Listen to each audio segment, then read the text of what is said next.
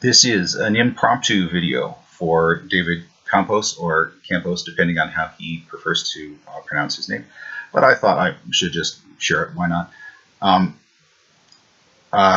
not the global expert on four-chord loops in pop music.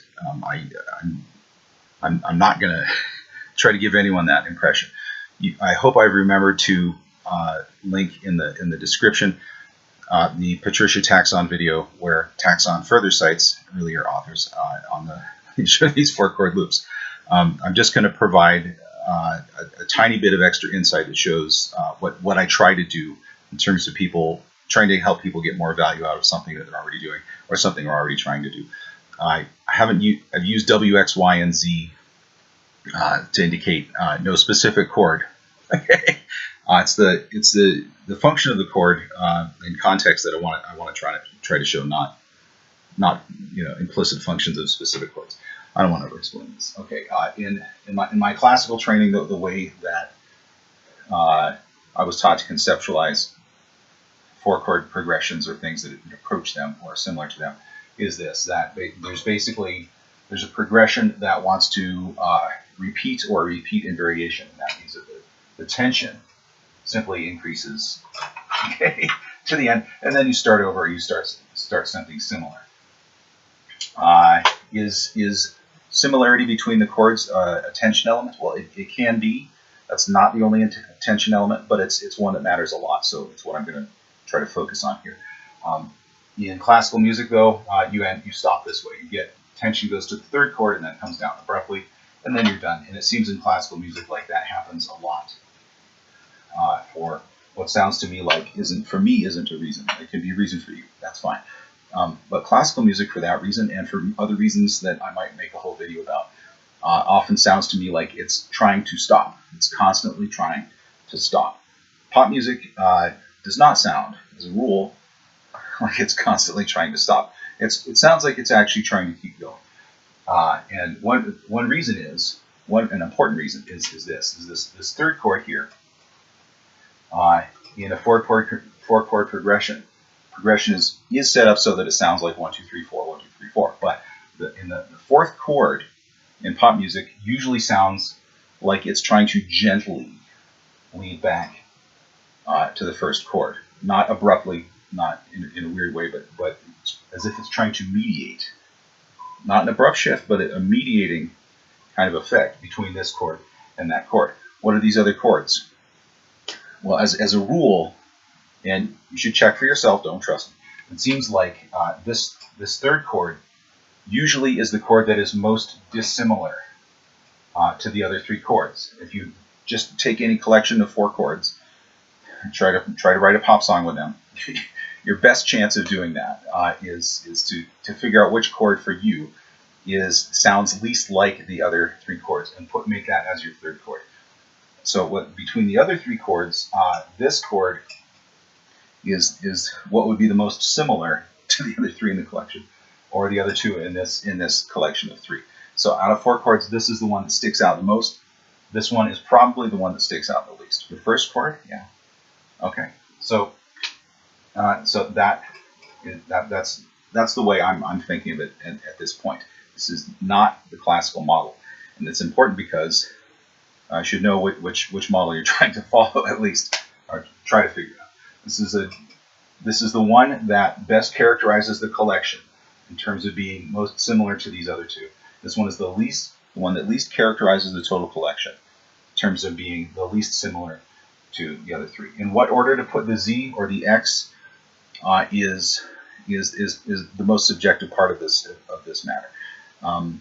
But it is probably more crucial that this chord sounds like it is mediating the relationship between this chord and this chord than anything that this chord does. This chord it's kind of there, but it's inevitably going to go somewhere just because it has already gone somewhere. The implication is I changed chords after 4 beats or whatever it is. I'm probably going to do it again. So it doesn't necessarily set up this chord in the way that this chord mediates that chord. Think about that for a second. Okay. I know I'm not, at this point, I'm clearly not just talking to David Campos. He knows most of this by now. Okay. So what would be an example of that? I'm not going to do it with real chords. I'm going to do it with these Roman numeral notations. If you're a classical musician, you probably know these pretty well. And I made another video in which I showed advantages to removing this chord and this chord in writing modal music. Now, if you use those chords, you're setting up classical listeners to expect things to either forcibly continue, we're not done, or to abruptly stop, and then possibly continue in spite of already having stopped, which I guess is what a lot of classical fans like. If you just want it to sound like it's probably going to continue, and that's what pop music mostly does, then you can just use these 4 chords as an example. Not always, just an example, okay? These 4 chords. There are various cases you could make for one of these chords being more dissimilar to the others. You could make the case that number 3, the 3 chord here, is more dissimilar on the basis that you have this descending third relationship here, where only one tone changes. So these 3 chords, these chords are extremely similar. These 2 chords are also extremely similar, and so that one is very dissimilar. If you look at the content of this, it's dissimilar. That's one way to look at it. Another way to look at it, that would be the 3 chord over here, is just the sonority of the chord, or the implicit sonority of the chord. This one is a major and the other 3 are minor. And these are 4th relationships, which even pop audiences agree are 4th relationships or 5th relationships. Even pop audiences do appreciate those, not just classical people. Just for convenience of trying to finish this video in less than 8 minutes if I can, I'm going to assume that this is going to be the 4th chord down here, just because it looks so different from the others. Why not? We can do that. And you can use voicings. Why am I erasing it? You can use voicings to try to enhance or reduce its effect. The progression itself is not the only thing that matters. How you handle the progression after you've optimally conceptualized it is going to matter a lot. Okay, conceptualizing the thing in this way, even if the chords are just 4 random chords in some random order, you can squeeze a little bit more coherence out of it if you're a tricky person. And I've tried to show in comment sections of other people's videos how to do that with raga, non-Western scales, how to get a 4 chord loop out of them. It seems like nobody wants to see that. Too bad. On my channel, you're eventually going to see it. Okay. So how would we mediate this? The chord that is most similar to the other 2 chords here would probably be the 6th chord. These 2 chords don't have any tones in common. They each have tones in common with the 6th. So I'm going to suggest that you start with the 6th chord. Okay.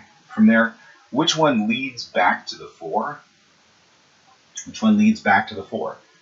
Well, the 3 again doesn't have any tones in common with the 4. So that has kind of an abrupt shift from here to there. It's a high contrast, and I don't know, is the 3 going to sound like it's settling into the 6? Classically, you could do that. 3-6-2 is a kind of classical chord progression. That's very subjective. If you want it to sound slightly more classical, I think that probably would work, or it sounds less divergent from classical.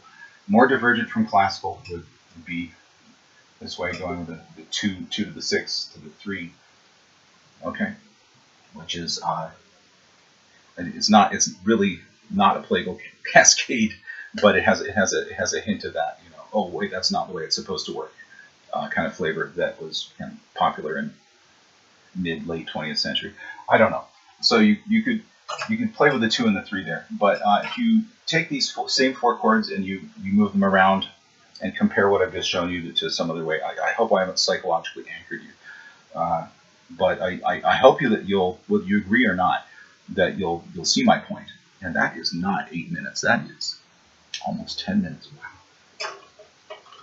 Other people's time is worth something. I shouldn't be doing these videos.